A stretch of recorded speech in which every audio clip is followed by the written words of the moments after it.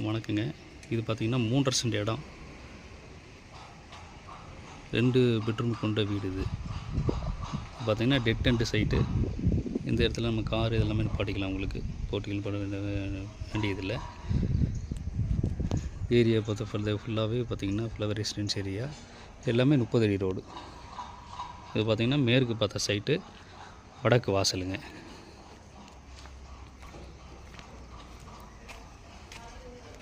இது பார்த்திங்க அப்படின்னா போர்ட்டிகோ.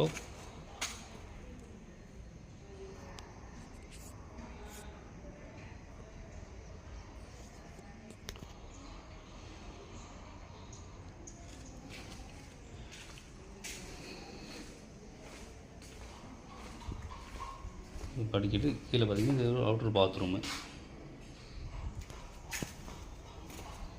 இது பார்த்திங்கன்னா